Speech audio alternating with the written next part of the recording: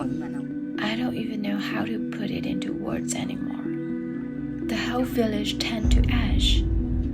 Everything I worked for 20 years disappeared in an instant. We often use the metaphor of a phoenix rising from the ashes, but in reality, we could say our phoenix is close to exhaustion.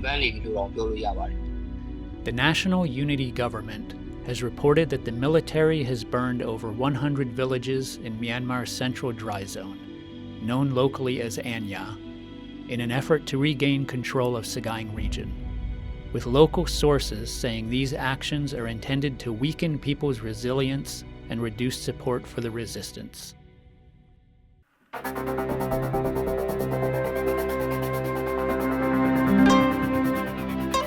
Hello and welcome to Athan, a weekly podcast from the Frontier family about human rights stories from Myanmar.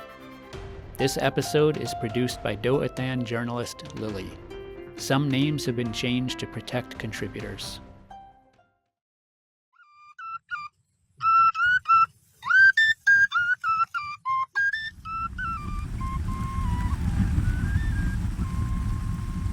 Myanmar's central dry zone, or Anyar, was once known for its peace and stability, but it is now marked by the pain of war. Battle scars, villages reduced to ash on scorched plains, and displaced people have become defining features of the landscape.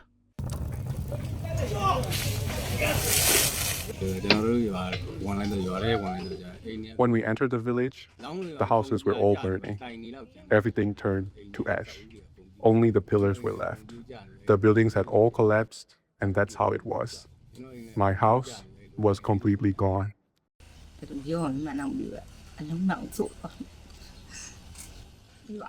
I don't even know how to put it into words anymore. The whole village turned to ash. Everything I worked for 20 years disappeared in an instant.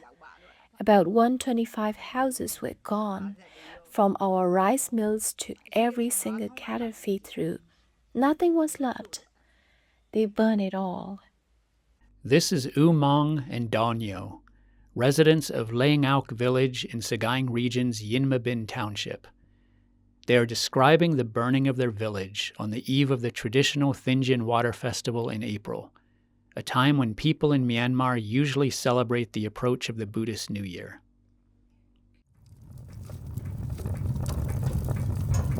U Mong and Donyo's houses were among 130 homes that the military burned in Laingauk, which has 400 households. The village was set on fire by regime troops after they fought with People's Defense Forces nearby. Once the troops left, villagers who had fled the fighting returned to extinguish the flames. In the 5 years since the 2021 military coup, Laingauk has been burned at least 3 times. Donyo is now living in a makeshift hut near the burned site. She works at odd jobs to get by.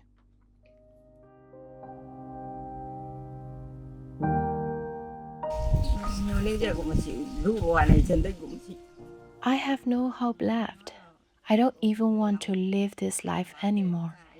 Before, I ran a grocery store and did business with rice mills and rice trading.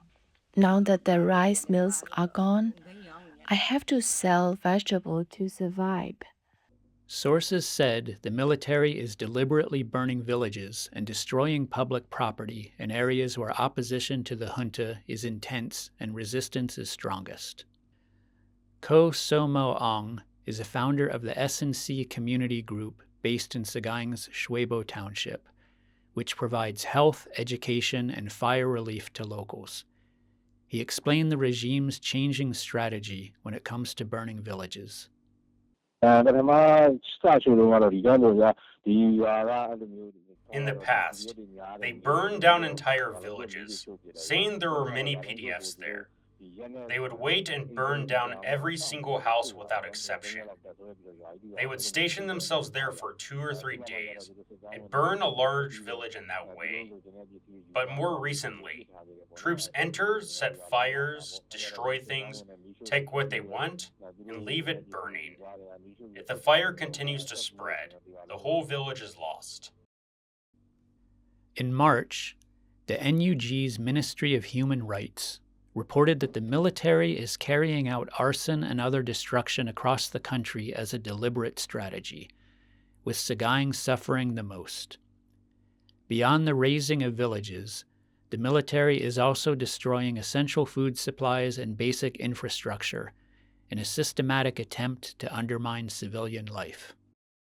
According to NUG records, 912 incidents of arson have occurred in Sagaing since the coup, including total village burnings and repeated destruction.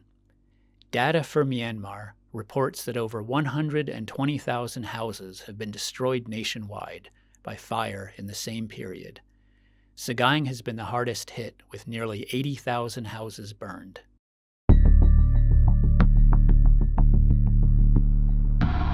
These attacks may constitute grave violations of human rights. Article 17 of the Universal Declaration of Human Rights states that no one shall be arbitrarily deprived of his or her property. Article 8 of the Rome Statute of the International Criminal Court stipulates that the intentional destruction of civilian property without valid military necessity constitutes a war crime. The regime commonly denies allegations that it is burning villages and instead claims that resistance forces are responsible.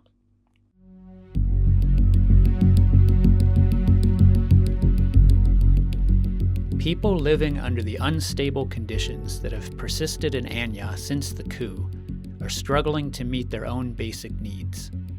Although the desire to oust the regime remains strong, many can no longer afford to support the resistance financially. Many residents who once earned their livings through agricultural work are now displaced after their homes were burned. Many have been forced to take odd jobs, while many young people have moved to other regions to find work and support the families they left behind.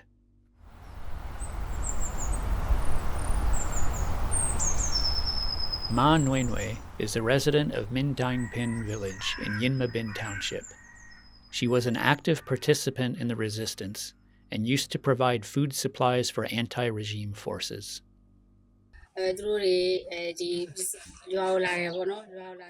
If resident forces came to the village, they asked for lunch packs, usually 2 packs per house if possible. I contributed because I wanted to help. They didn't make demands. I just helped in any way I could.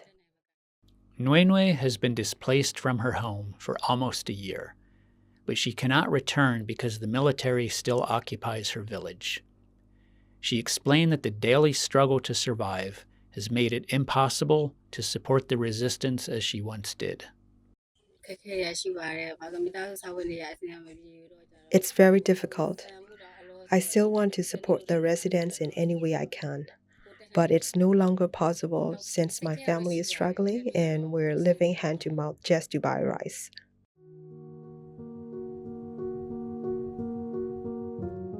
Ko Luan Thu is one of the leaders of the Yinma Bin Salingi Villages Strike Committee.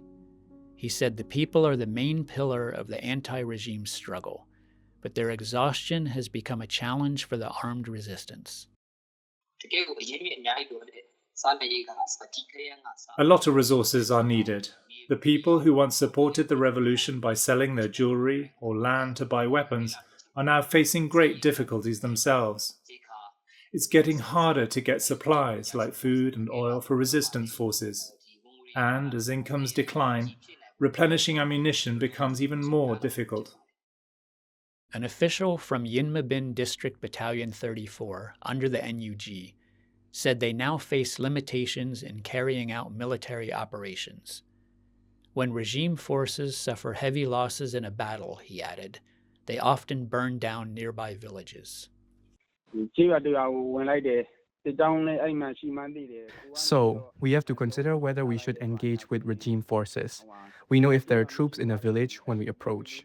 But if we mount drone attacks and they respond by burning the village, the public may start to view us negatively. We have to consider the consequences.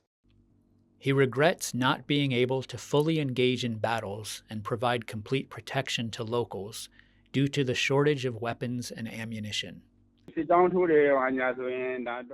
When troops are on the move, sometimes locals ask us not to plant mines in areas close to their villages.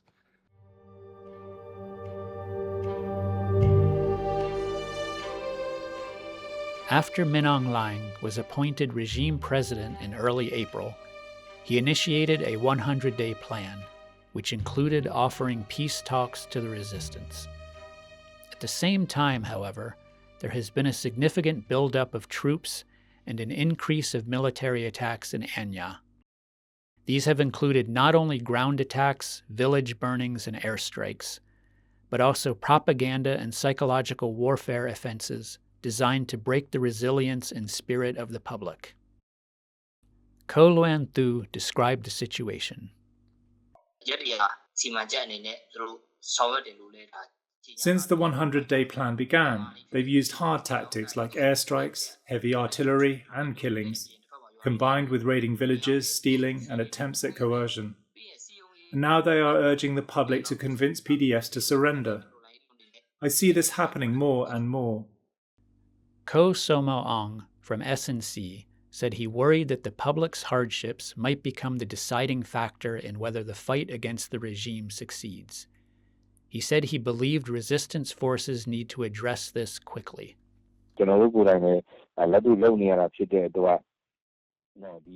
Since we are working on the ground ourselves, I wonder if we can continue like this. If it continues in this direction, the situation could get very bad. We worry this will turn into a long-term civil war. People are already exhausted and in a lot of trouble. Ko Luan Thu added, It's heartbreaking. We often use the metaphor of a phoenix rising from the ashes, but in reality, we could say our phoenix is close to exhaustion.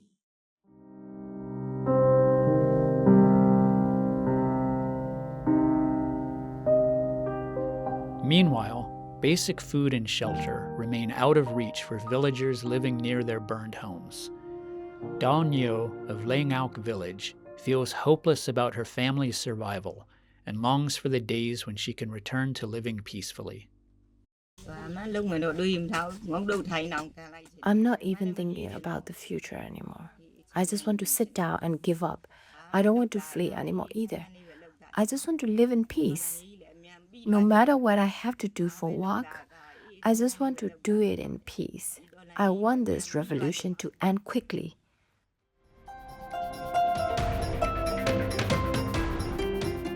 Thanks for listening to this edition of Do Athan. We welcome your feedback on social media, and please follow or subscribe to our pages.